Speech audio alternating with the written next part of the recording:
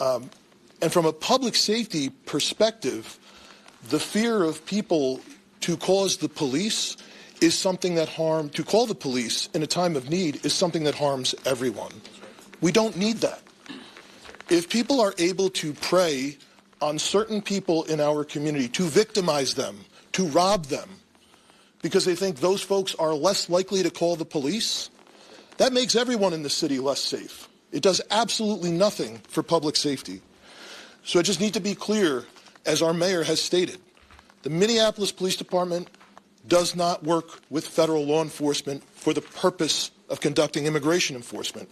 We don't provide information to federal immigration authorities. We don't ask people about their immigration status. Our mission is clear: to protect life, to uphold the law, and to maintain safety for all people in our communities.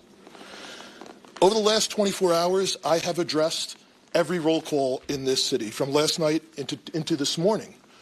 Not because of these news reports, but because I have been concerned.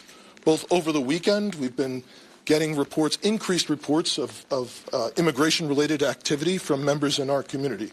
We can't verify that, but we know people in the community are heightened. And we also know that there have been incidents more recently, two very recently in St. Paul, around immigration enforcement. So our objective is straightforward as a police department. I want to try and minimize our officers' exposure to any of that type of enforcement activity and only respond when there is a legitimate public safety issue that we are responsible to our community to provide. And that means when there are threats of violence, when there is actual violence, or when there's property destruction. In moments like this, I know the tensions are high.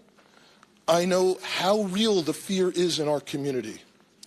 People are going to want to speak out, to protest, and to exercise their First Amendment rights. Those are the rights of everyone in our community. And I want to be clear that we will absolutely defend people's rights to do just that. I also ask that if demonstrations do happen around any type of immigration raid, that they remain nonviolent so that we can keep everyone in our community safe, so that we minimize the risk of any tragedy happening or the immigrant communities that are already suffering to suffer that much more if there is destruction in our neighborhoods. Our officers are committed to serving a diverse city.